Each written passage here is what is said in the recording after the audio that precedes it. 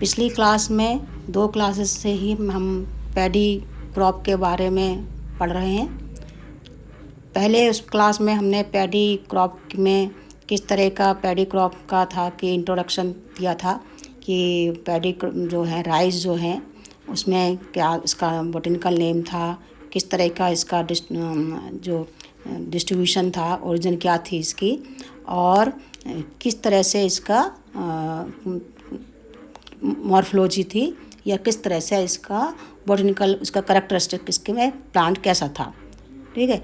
दूसरी क्लास में हमने इसमें इसका कैसा क्लाइमेट इसके क्रॉप के लिए, धान की खेती के लिए किस तरह का क्लाइमेट चाहिए, किस तरह इसको सॉइल चाहिए और कितना सॉइल चाहिए और किस तरह की सॉइल उपजाऊ, किस तरह की उपजाऊ सॉइल में मतलब अच्छी पैदावार होने के लिए सॉइल की आवश्यकता है इसके में, और कल्टीवेशन के लिए क्या क्या स्टेप होने चाहिए, सोइंग कैसी होनी चाहिए, इसमें कौन कौन किस तरह से बीज इस्तेमाल करने चाहिए, कब इसकी कटाई करनी चाहिए, हार्वेस्टिंग टाइम क्या है, किस तरह से इसका स्टोरेज करना चाहिए, कैसे किसान किस तरह से अच्छी फसल लेने के लिए किन किन चीज़ों का ध्यान रखें, उन सब चीज़ों का हम लोगों ने पिछली क्लास में डिस्कस किया, पढ़ा।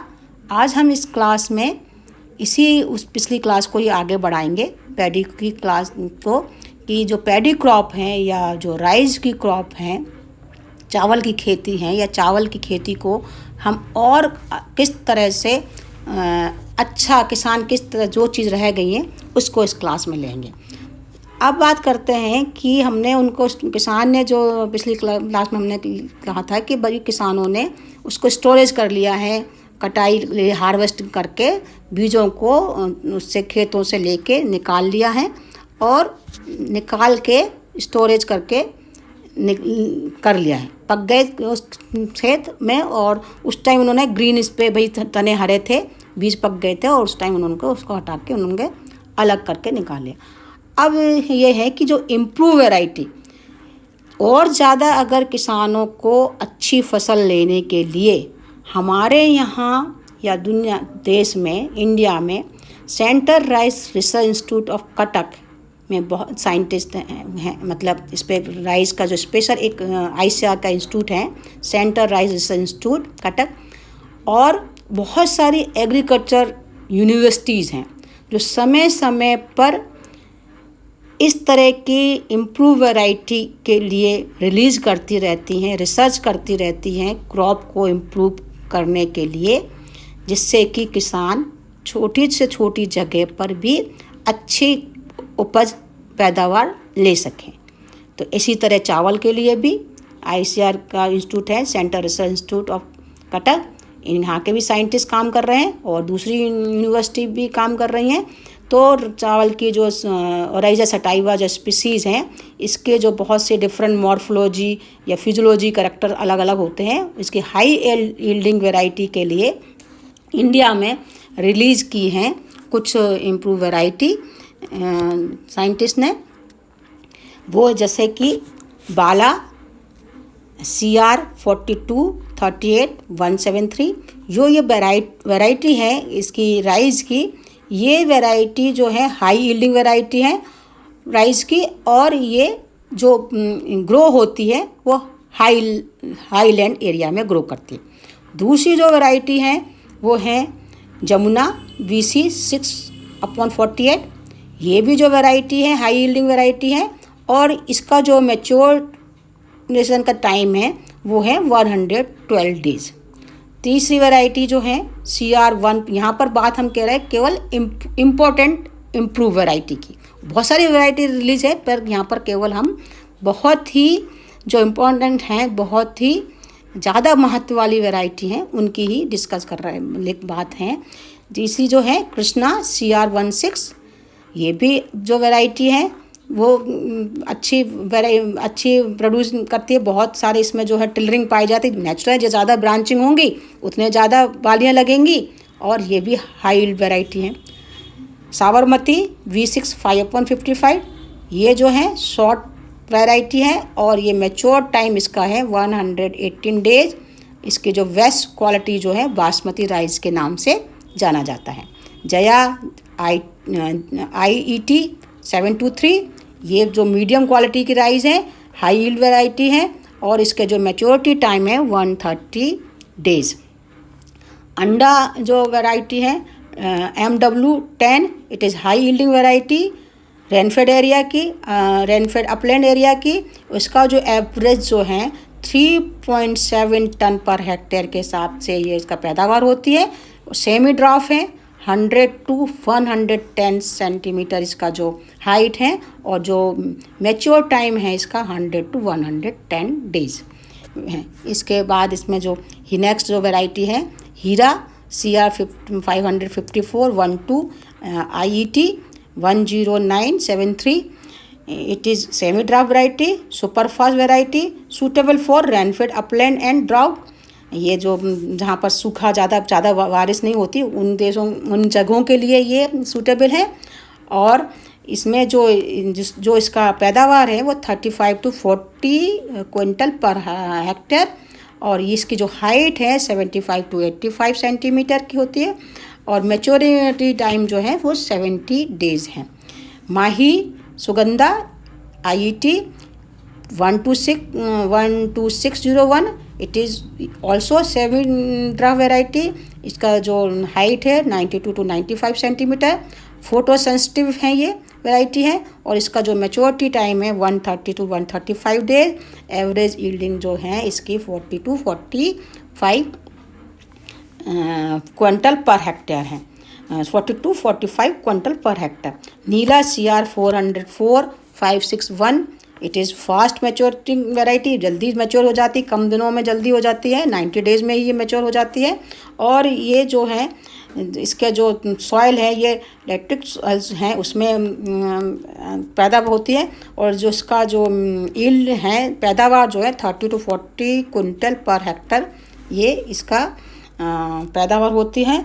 इसके बाद है तुलसी IET 7614 सेमी ड्राफ्ट वैरायटी, ये भी 100 to 110 डेज़ में मैच्योर होती है और इसका जो पैदा है जो 30 to 45 क्विंटल पर हेक्टेयर इसका पैदावार होता है।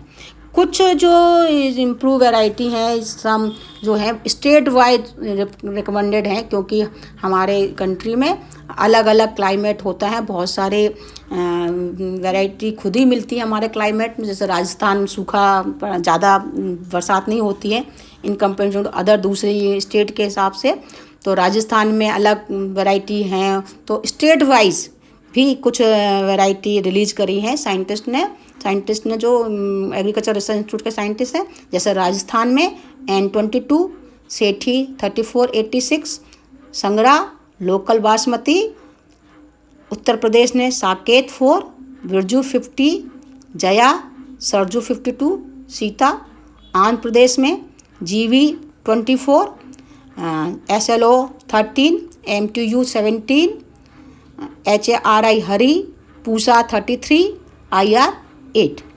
केरला की जो वैरायटी है इंपॉर्टेंट वैरायटी जो केरला की है PTV 26, PTV 31, MO1, MO2, MO3। इसी तरह से उड़ीसा स्टेट की जो इम्प्रूव वैरायटी है वहाँ के लोग जो अपने यहाँ बोते हैं राइस के खेत में, उड़ीसा के जो लोग अपने प्रेफर करते हैं उनके लिए उस क्लाइमेट के लिए सूटेबल हैं J6, PTV 10, 812, BAM 9, AT 27, T 812, Jyoti CR 237A। इसी तरह मध्य प्रदेश में क्लाइमेट में जो सूट करती हैं वैरायटी उसके लिए रिलीज़ की गई हैं जो variety special Lalu 14, cross 116, R15, Kohinoor, Kalinga 3, JR 75, CR 289 और जया और रत्ना। इसी तरह आसाम के लिए जो वैरायटी रिलीज़ की है IR 36, Jaya Pusa 2221, Ratna Saket 4, CR 1018, Mussoorie Pankaj and Savitri. Maharashtra में पलग्रा 8। तो इस तरह से आसाम में अलग, तमिलनाडु में अलग, बिहार में अलग, इस मध्य प्रदेश में अलग, गुजरात में ये, तो जैसे बिहार में पूसा 411, साबरमती, विजया, रत्ना, कलिंगा हैं, तुलसी, ये वैरायटी हर स्टेट ने अपने अपने वहाँ के क्लाइमेट के अनुसार, वहाँ पर कितना रेन, उस स्टेट में कितना रेनफॉल, कितनी बरसात होती है, वहाँ उस स्टेट का कितना टेम्परेचर है, कितना ह्यूमिडिटी है, क्योंकि ये सब उसके पैदावार पर निर्भर करता है। तो उस वहाँ से और कौन कौन सी वहाँ पर डिसीज़ हो सकती है, तो उस तरह से ध्यान में रखते हुए साइंटिस्टों ने स्टेट वाइज कुछ स्पेस वैरायटियों को वहाँ पर इम्प्रूव वैरायटियों को रिलीज़ किया है, और किसानों को तक कहा कि भाई आप अपने खेतों में ये वाली वैरायटी आप लीजिए, यहाँ से बोइए, सोइंग कीजिए, बोइए अपने खेतों में, जिससे कि आप चावल जो अपने खेतों में अधिक पैदावार, अपने खेतों से अधिक पैदावार ले सकें। उत्तराखंड की जैसे BL धान, अलग अलग तरह से अलग अलग उन्होंने वैरायटी दी है। तो ये तो है इम्पोर्टेंट इम्प्रूव वैरायटी करी है रिसर्च इंस्टीट्यूट ने, जो centre rise research institute of Cuttack है। इसके अलावा भी दूसरी एग्रीकल्चर यूनिवर्सिटीज़ भी समय समय पर इम्प्रूव वैरायटी रिलीज़ करते रहते हैं। अब हम बात करते हैं कि चावल से के क्या क्या यूजेस हैं, किस तरह से हम चावल हमारे काम में आता है, हम उससे क्या लाभ है, क्या हम मिलता है। तो मेन तो चावल जो है हमारे स्टेपल टाइट, इवन जो संसार का 1/3 पॉपुलेशन है वो चावल को एज ए स्टेपल डाइट की तरह यूज करता, मतलब खाता है। इसमें जो है it is starch rich food, starch इसमें अधिक मात्रा में पाया जाता है। इसको जो है उबाल के खाने के योग होता है, उबाल के खाया जाता है। और इसमें जो कभी इसको जो लोग हैं फ्लैक और पफ्ड राइस वगैरह बना लेते हैं, करते हैं। इसको जो साउथ इंडियन लोग हैं वो इसको फर्मेंटेड करके इसका इडली, सांभर, डोसा वहाँ का बहुत साउथ इंडियन जो डिशेज़ हैं वो बनाते हैं। इसके साथ ही जो it is also use for making alcohol beverage and as a source of starch and rice flour. Rice starch has wide industrial potential in cosmetic industry में आता है, इसका टेक्सटाइल इंडस्ट्री में आता है, इसका पेपर मेकिंग में इसका यूज होता है, इवन ग्लूकोज और एडेसिव बनाने में भी इसका उपयोग किया जाता है। राइस फ्लोर का जो है उपयोग जो है इस बेकरी इंडस्ट्री में, आइसक्रीम बनाने के काम में, पुडिंग, पेस्ट्री, इन सब में भी उपयोग में किया जाता है। इसका इवन पैडी हस्क का जो यूज है फ्यूल मेकिंग में, हार्डबोर्ड बनाने में, और उसका जो रॉ मटेरियल को फॉर एल्कोहल के जो फर्नेस होते हैं, भट्टियाँ होती, उनमें यूज कर देते हैं। जो राइस ब्रान हैं उसका जो है वो ऑयल जो है वो as a treatment of allopathic जो है डर्मेटोलॉजिस्ट हैं उसके लिए यूज करते हैं। और इसको टेक्सटाइल इंडस्ट्री में डाई के लिए, ब्रान जो है वो कैटल फीड, आल्सो जो ब्रान है वो एज ए कैटल फीड जैसे भी यूज किया जाता है, जानवर भी इसके खाते हैं इसको। इसके जो पैडी स्ट्रो हैं वो एज ए फॉडर काम में लेते हैं। इसके अलावा इसके बोर्ड, हैट, रोप, बास्केट वगैरह भी बनाई जाती हैं। तो ये यूजेस हो गए हैं। तो राइस पैडी क्रॉप किस तरह से हमारे काम की है, किस तरह से हम इसको कल्टीवेट करते हैं, किसान है हमारा अनाज है, हमारा सीरियल है, और इसका स्ट्रॉ, इसका जो हस्क है वो भी हमारे एज ए फॉडर हमारे जानवरों के काम में आते हैं। और दूसरी तरह की इंडस्ट्री, मतलब एग्रीकल्चर में फॉडर के रूप में, और तीसरी तरह के इंडस्ट्री को भी सपोर्ट करती है, दूसरी इंडस्ट्री के भी काम में आता है। तो हर तरह से हम यहाँ पर इकोनॉमी की है, क्योंकि इकोनॉमिक बॉटनी की बात कर रहे हैं, तो हर तरह से हमारे लाभदायक क्रॉप हैं। पैडी क्रॉप, चावल की खेती, चावल। ओके बच्चों, अगले उसमें क्लास में हम बात करेंगे नेक्स्ट क्रॉप की। Thank you very much.